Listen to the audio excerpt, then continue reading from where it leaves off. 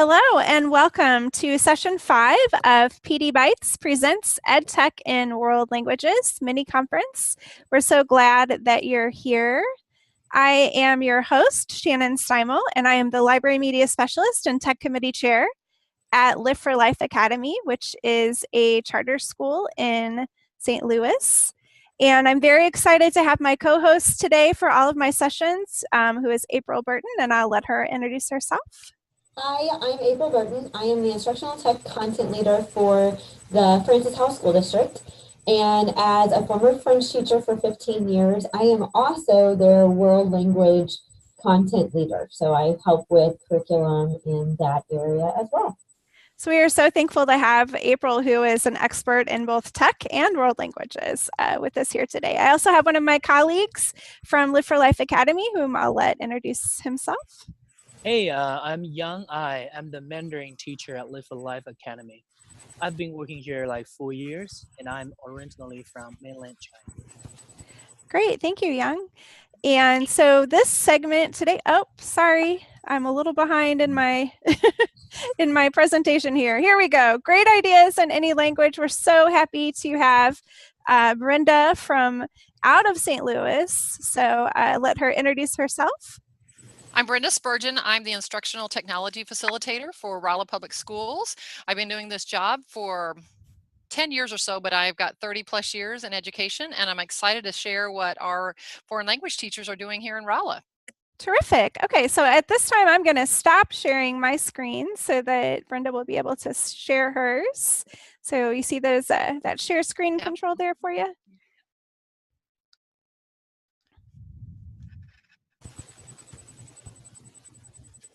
You guys see that? We can. Okay, so just a little background about what we're doing here in Rolla. Number one, I wanted everyone to know where we are. So if you just take I-44 west, we're between Springfield and St. Louis in Missouri. We have 4 languages that we offer here: German, Latin, French, and Spanish, with approximately 600 students enrolled in our foreign languages, which is about half of our 9 through 12 population. Right now, we are a one-to-one Chromebook carts in the classroom school district, so our teachers are utilizing technology every day in the foreign languages. A little more background. I think it's always interesting to know how our teachers learn to do things. So our new teachers to our district are required to do approximately 15 hours of training, where once you are part of the school, then within your departments, then we have 6 to 10 hours of annual training. And then we have a very specialized group called iTeach, which is our high flyers of technology that get 10 plus hours on top of their departmental and other trainings, that they just like to stay with the latest technologies. And so this year, one of the foreign language teachers was part of that, and she has her Google Level 1 certification, working on her Level 2 certification. Any questions on our training? No, but I'm glad that you shared that. I love always hearing what the practices are at another school. I think it's just good to kind of see how everyone keeps their staff up to date on the latest tools that are out there, because we all know that technology is changing faster than ever. That's for sure. You know, a lot of times I think when we do try to provide like whole school training, sometimes the electives kind of get left by the wayside. And so I'm glad that we're doing these recordings today. And I hope that, you know, some EdTech specialists might let their world languages teachers, you know, watch these videos as their PD for their breakouts when they need them. Yeah, I think doing this today is just a great way to show how we're all able to collaborate, you know, and share resources like we've never been able to do before. Definitely. Okay, so today I'm going to share in 4 areas. I don't have any Spanish resources right now because we have fairly new Spanish teachers, but I have a strong German teacher, Latin teacher, and French teacher. First example has to do with just using screencasting on Chromebooks very easily to spiral an instruction, and instead of just having students come, say, to the teacher desk to record, they're easily able to record simple assessments using Screencastify, which is a simple Chrome extension. Next example that you can check out is a reading assessment where, just as part of a back-to-school review, the students just read a simple autobiographical letters to focus on proper pronunciation and improving fluency. Looks like I need a little help with that. Is that coming in better? Yeah. Okay. Okay. And then our third example for German 3 is using Adobe Spark. And that's probably one of our most utilized tools for creation here at the school, throughout the school district, because Adobe Spark lets you create simple graphics, it lets you create web pages, and it lets you create videos. So our German teacher let them not only read their autobiographical, just developed a video, which is a pretense to applying for an exchange program.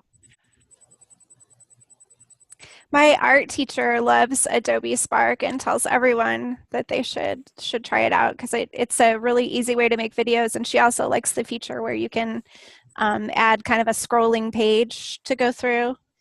She uses that a lot.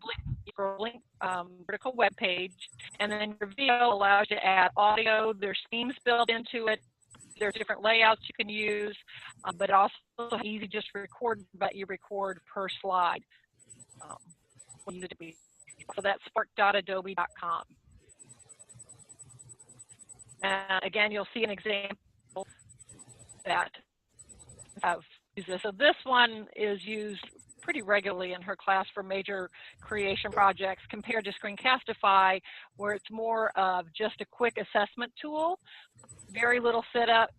The kids just sit and record and then submit it to their Google Classroom. Great.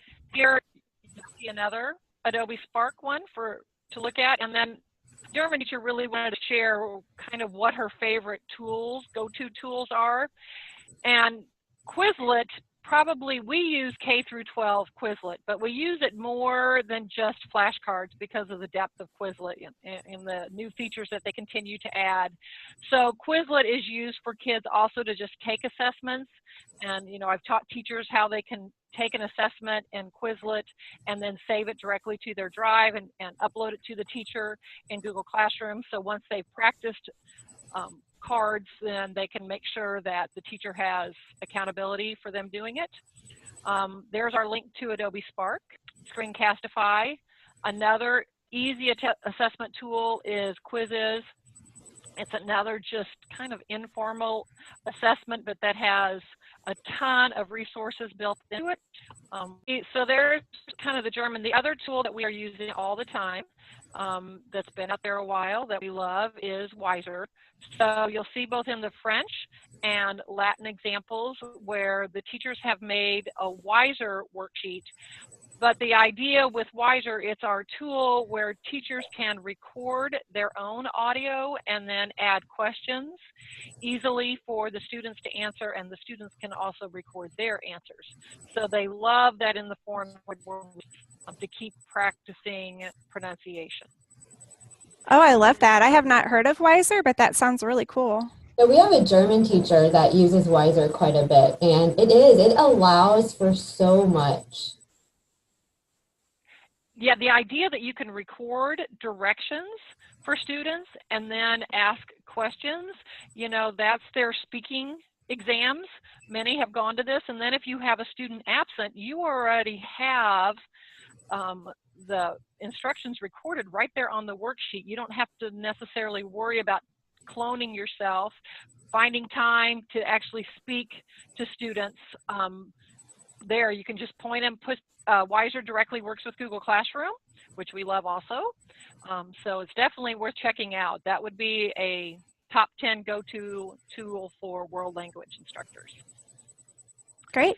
And then this example, I think we should check out because this is from Latin 2, where they're using multiple Google apps for a project on the world history. It's called Rome on the Ceiling. So they've actually each taken a different monument in Rome, mapped it out on a Google map, and then they're giving some historical information on that, tying it all together, collaborating together on a Google slide, recording videos, putting it all together through Google. So, you know, what was the world like in education before Google, right?